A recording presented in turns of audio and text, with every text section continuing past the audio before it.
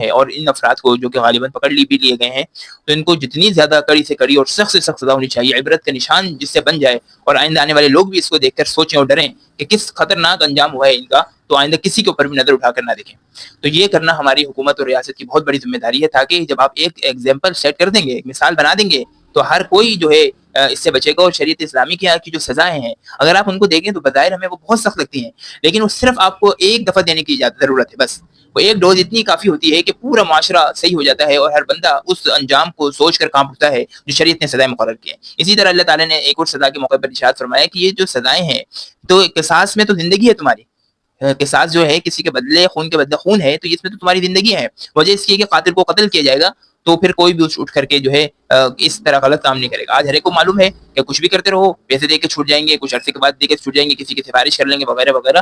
تو جب تک قانون نہیں ہوگا سخت اور اس پر عمل درآمد نہیں ہوگا، تو اس طرح کے معذرت کے ساتھ یہ آئے روز واقعات ہوتے رہیں گے اور آئندہ بھی ہونے کے امکان ہے۔ دوسری طرف یہ تو ایک طرف تھا جس پر تو کوئی شک نہیں ہے، سزا ہونی چاہیے اور بہت سخت سزا ہونی چاہیے، لیکن دوسری طرف بھی ہم تھوڑا سا سوچیں، جب کوئی ایک ایسی چیز ہو جو خراب ہو اور ہمیں خرابی نظر آ رہی ہے، مثال کے طور پر آپ لے لیں پنکھا ہے، پنکھے کا ہمیں معلوم ہے کہ اس کا ایک نٹ خراب ہے اور ہم اس کو چلا رہے ہیں اور بالآخر وہ گر جاتا ہے، کسی کو نقصان ہو جاتا ہے، 100 نقصان کی بھرپائی ہوگی اور اوپر سے اس پنکھے کو بھی ٹھیک کیا جائے گا، ایسا ہے کہ نہیں؟ ایسا معاشرے میں ہے۔ بالکل اسی طریقے سے آج جو یہ واقعہ ہوا ہے، ایک بہت بڑا حادثہ ہوا ہے، ایک تو اس حادثے کی روک تھام ہوگی جو بھی ہو سکتی ہے، حکومت کی طرف سے سزا دے کر کچھ بھی کر کے آپ کریں، روک تھام کریں، آئندہ کے لیے کوئی ایسی ہمت نہ کرے۔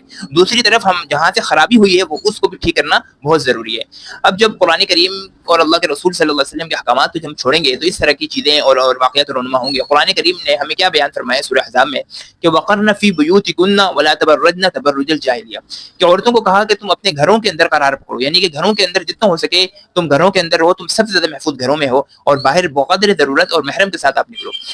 اور بیان فرمایا اگلا جو ٹکڑا پڑا کہ ولا تبرجن تبرج الجاہلیہ، کہ جاہلیت کی دور کی طرح، اسلام سے پہلے کی دور کی طرح تم بن سنور کر نہ نکلو۔ دیکھو سبحان اللہ، یعنی کہ بن سنور کر نکلنا شریعت اسلامی نے کیا کہا؟ یہ اسلام سے پہلے جاہلیت کا دور تھا، جسے آج ہم بہت زیادہ ماڈرنزم اور بہت زیادہ روشن خیال تصور کر رہے ہیں، اور جو اپنے آپ کو پردے کے اندر پردہ نشین عورتیں نکلتی ہیں تو ان کو لوگ کہتے ہیں کہ دیکھو دقیانوس ہیں، بہت پسماندہ قسم کے لوگ ہیں، جاہل لوگ ہیں۔